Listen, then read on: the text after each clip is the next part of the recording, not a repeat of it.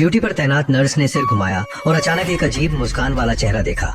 महिला के चेहरे पर लगातार हल्की मुस्कान थी और उसकी आंखें नर्स पर टिकी हुई थीं। इसके तुरंत बाद महिला ने अपने दोनों हाथ बढ़ाए और धीरे धीरे नर्स के पेट पर रख दिए। यह है 2025 में नवीनतम रिलीज इंडोनेशिया थ्रिलर फिल्म सिन्होन क्लिनिक।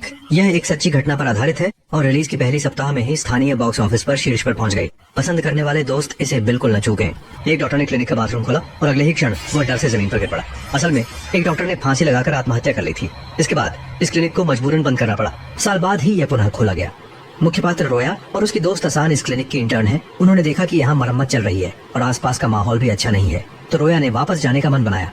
लेकिन इंटर्नशिप प्रमाण पत्र प्राप्त करके सुचारू रूप से स्नातक होने के लिए वे दोनों अंततः वहीं रुक गई। इस क्लिनिक का आकार बहुत छोटा है, कुल मिलाकर केवल 3 डॉक्टर हैं।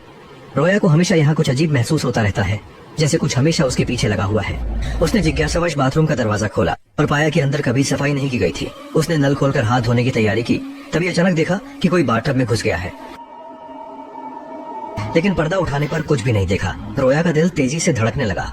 वह जल्दी से बाथरूम से बाहर निकली, लेकिन उसने यह नहीं देखा कि एक अदृश्य हाथ बाहर की ओर बढ़ रहा था। हेड नर्स का चेहरा कुछ अजीब था। उसने रोया से कहा कि यह बाथरूम अभी मरम्मत में है, अगर टॉयलेट जाना है तो बगल वाले में जाओ।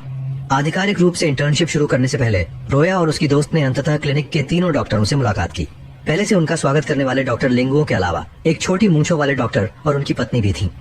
इस दिन रोया और असंग की रात की ड्यूटी थी। दोनों ने सोचा कि कुछ खास नहीं होगा, लेकिन एक महिला अपने आप ही अंदर आ गई। असांग को याद था कि रात में कोई मरीज पंजीकरण करवाने नहीं आया था, इसलिए वह काउंटर पर पुष्टि करने गई। रोया को भी कुछ अजीब महसूस हो रहा था, खासकर क्योंकि वह महिला अजीब नजरों से लगातार उसे देख रही थी। लेकिन हर मरीज की अच्छी तरह से सेवा करने के लिए उसने अपने आप को शांत रखने की कोशिश की और उस महिला के मुंह के कोने की लार को पहुंचने की कोशिश की। तभी वह महिला अचानक अपने दोनों हाथ आगे बढ़ाकर उन्हें रोया के निचले पेट पर हल्के से रख देती है। अगले ही पल वार्ड की लाइट बंद हो गई।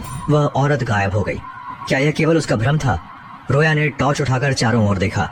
उसने उस आकृति को फिर से देखा। औरत डर के मारे जोर से चीखी, मुश्किल से शांति पाई। वह कांपते हुए लाइट खोला, पर सिर उठाकर देखा कि वह औरत उसके कंधे पर बैठी थी। आवाज सुनकर छोटी मूंछें वाला दौड़ता हुआ आया जांचने। तब जाकर रोया अपने सदमे से बाहर आया। इस वक्त अस्पताल के ड्राइवर को एक आपातकालीन फोन आया। उसे उपनगर में एक मरीज को लेने जाना था। बीच रास्ते में आदमी को लगा कि आगे वाली गाड़ी बहुत धीरे चल रही है, इसलिए उसने लेन बदलने की सोची। लेकिन अनजाने में देखा कि सड़क पर कोई खड़ा है। उसने अचानक से स्टीयरिंग घुमा दी, जिससे सामने से आ रही ट्रक से उसकी टक्कर हो गई और रीढ़ मिरर में एक काले रंग की छाया प्रकट हुई। ड्राइवर का शव जल्द ही क्लिनिक वापस लाया गया और जब रोया ने देखा तो वह बहुत हैरान हो गई। वह जमीन पर बैठकर लगातार रोने लगी। आसन आगे बढ़ी और कारण पूछा। असल में जब रोया ने पहले दिन इंटर्नशिप शुरू की थी, तब उस ड्राइवर ने उससे छेड़छाड़ की थी। रोया डर के मारे कुछ नहीं बोल सकी, सिर्फ मन ही मन उस आदमी की बुरी मौत की कामना की थी। लेकिन उसे नहीं पता था कि ड्राइवर सच में मर जाएगा। लोया जी डर और अपराधबोध महसूस कर रहे थे, मानते हुए कि उन्हीं की वजह से चालक मरा। असंग उनके पास बैठकर लगातार समझाते रहे कि यह सिर्फ एक साधारण दुर्घटना थी। तभी रास्ते पर उस रात और भी अजीब घटना घटित हुई। अस्पताल के मरम्मत कर्मी ने जनरेटर को ठीक किया और जैसे ही वह मुड़ा, सभी लाइटें अचानक बंद हो गईं। उसने मोबाइल की लाइट ऑन की और इधर उधर देखा, लेकिन दीवार पर चिपकी सिलहुट पर उसका ध्यान नहीं गया। अचानक एक ठंडी हवा का झोंका आया। मरम्मत कर्मी ने घबराकर सिर नीचे कर लिया। आदमी डरकर तुरंत अस्पताल से बाहर भागा, लेकिन आगे की राह एक धारा से अवरुद्ध थी, इसलिए वह लकड़ी के तख्तों के सहारे धीरे धीरे आगे बढ़ने लगा। लेकिन बीच में उसका पैर फिसल गया और उसने अपने हाथों से अचानक जोर से पकड़ लिया। तब कहीं जाकर वह गिरने से बच पाया, पर वह अभी राहत की सांस ले ही नहीं पाई थी कि अचानक नदी में से 2 हाथ निकल आए और मरम्मत करने वाला सीधा नीचे गिर गया। हालांकि उसकी मौके पर ही मौत नहीं हुई, वह जल्दी से घर भाग गया। आदमी डर के मारे कांप उठा। उसने पहचाना कि उसका पीछा कर रही काली छाया वही महिला डॉक्टर है, जिसकी साल भर पहले क्लिनिक में मौत हो गई थी। दरअसल वह आत्महत्या से नहीं मरी थी, बल्कि यह तो शूलिगोंग और पहले मरे हुए ड्राइवर का बनाया हुआ नाटक था। क्या वाकई वह भूत बनकर बदला लेने आई है? जब शूलिगोंग ने अपना मन शांत किया और क्लिनिक लौट आया, वह महिला भूत फिर से सामने आई और इस बार वह उतना भाग्यशाली नहीं था। घबराहट में उसने जमीन पर रखी घास काटने की मशीन चालू कर दी। मरम्मत करने वाला जल्दी ही मांस के टुकड़ों में बदल गया। जब यह पता चला कि क्लिनिक में एक और कर्मचारी की भीषण मौत हो गई, तो रोया को समझ में आया कि यहाँ सच में कुछ गड़बड़ है। वह रोते चिल्लाते हुए इस्तीफा देना चाहता था, लेकिन असंग मानता था कि उसे कुछ समय और रुकना चाहिए। अगर वह स्नातक नहीं कर सकी तो वह देर सवेर भूख से मर ही जाएगी। हालांकि उसी रात गहरी नींद में सो रही रोया को अचानक झटका लगा। उसने देखा कि एक आत्मा चुपके से आसाओं के बिस्तर पर चढ़ रही है। रोया ने आवाज नहीं की, लेकिन आत्मा ने उसकी उपस्थिति को महसूस कर लिया और फिर आसाओं के बिस्तर से उतरकर उसकी ओर बढ़ने लगी। रोया का पूरा शरीर जड्डीहाच हो गया। ठंडे पसीने ने चादर को गीला कर दिया। सौभाग्य से इस समय आसाओं नींद से अपने दोस्त की स्थिति को अजीब देखकर उसने तुरंत जाकर उसे जगाया। तभी रोया को एहसास हुआ कि अभी अभी का अनुभव केवल एक सपना था। अगले दिन रात में रोया का बॉयफ्रेंड घर से बाहर निकला, लेकिन दरवाजे पर उसने एक लंबी बालों वाली खूबसूरत महिला को देखा। उस आदमी के दिमाग में खतरनाक विचार आए और उसने पूछा, क्या उसे रास्ते में छोड़ना चाहिए? महिला ने इशारा किया और अगले ही पल मोटरसाइकिल पर बैठ गई।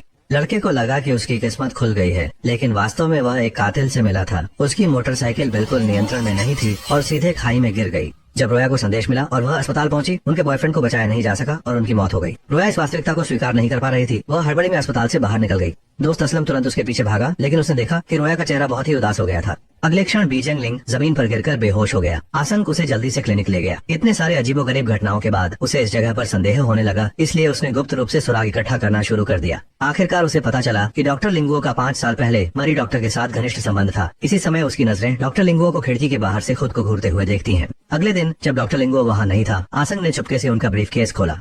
अंदर कुछ अखबार रखे थे जो 5 साल पहले की हत्या के मामले की रिपोर्ट थे। फिर उसने एक एल्बम को पलटा जिसमें तस्वीरें नहीं बल्कि औरतों के बाल रखे थे।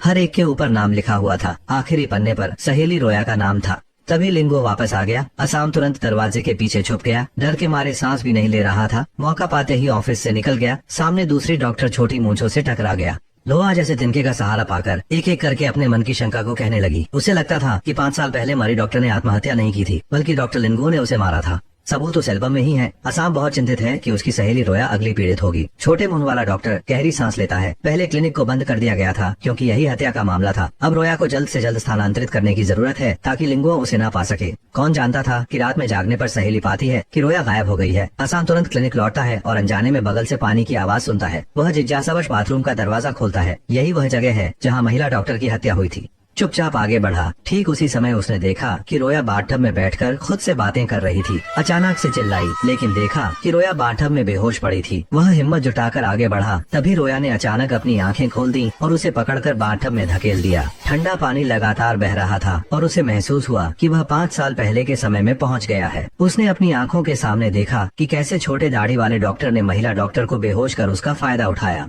महिला डॉक्टर के जागने के बाद उसने गुस्से में पुलिस को बुलाने की सोची, लेकिन छोटे मूंछों वाले डॉक्टर ने उसे जबरन बाथटब में डुबोकर मार डाला। इसके बाद उसने बड़ी रकम दी और 2 कर्मचारियों को बुलाकर महिला डॉक्टर की आत्महत्या का नकली दृश्य तैयार कराया। आसान सत्य जानने के बाद बेहद चौंक गया। होश में आया तो पाया कि वह अभी भी रोया द्वारा बाथटब में दबाया गया था। अच्छा हुआ कि मोंची समय पर बचाने आ गया और आसान के बचने के बाद उसका चेहरा पूरी तरह सफेद हो गया। इस स्थिति का सामना करते हुए हत्यारा वह पहले अपनी सहेली को लेकर वहाँ से निकल पाता। इस समय रोया की चेतना वापस आ गई थी। उसने धीरे से आसान को बताया कि पहले दिन काम पर ही उसे छोटे मूंछ द्वारा परेशान किया गया था, लेकिन रोया ने कभी कुछ नहीं कहा। अब जितनी जल्दी हो सके भाग जाना चाहिए। पर छोटे मूंछ को दोनों की अजीब हरकतें पहले ही समझ आ गई थी। अब उसने पूरी तरह से नाटक बंद कर दिया था। उसने आसान को पकड़कर दीवार पर चिपका दिया। जब वह विरोध करने की कोशिश कर रहा था, तब उसने सर्जिकल नाइफ उठाकर आसान की हथेली में घुसेड़ दी। आदमी को दूसरों के रोने चीखने का आनंद आने लगा।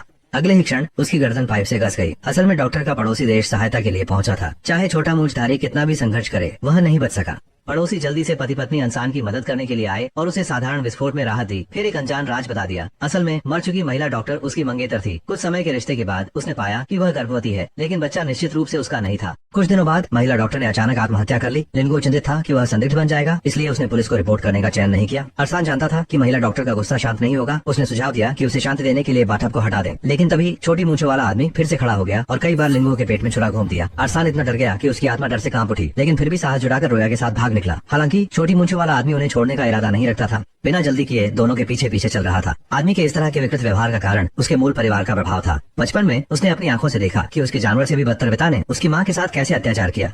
छोटी सी उम्र में उसने बहुत पछताया कि उसने अपने पिता को पहले क्यों नहीं मार दिया। डरावनी बचपन की छाया अभी भी बनी हुई है। अनजाने में उसने अपने पिता के गलत कामों की नकल करना शुरू कर दिया। सामने देखकर दोनों को संघर्ष करते देख छोटी मूंछों वाला व्यक्ति पागल होकर हंसते हुए हत्या करने का तैयारी कर रहा था। उसने लगातार चाकू से आसान के पेट में घोंप दिया। इस समय ऐसा लगता है कि आपिया ने खतरे को महसूस किया और वह 100 मीटर स्प्रिंट की गति से रोया के शरीर में चला गया। इस समय वह जैसे एक योद्धा महिला बन गई। उसने एक हथियार उठाया और छोटी मूंछों वाले को गिरा दिया। फिर उस पर फिर से क्रोधित होकर मारने लगी। और इसी समय डॉक्टर लिंगो भी बेहोशी से जाग गए। उन्होंने आसान की सलाह मानी और जीजान से क्लिनिक में मौजूद बाथटब को तोड़ दिया।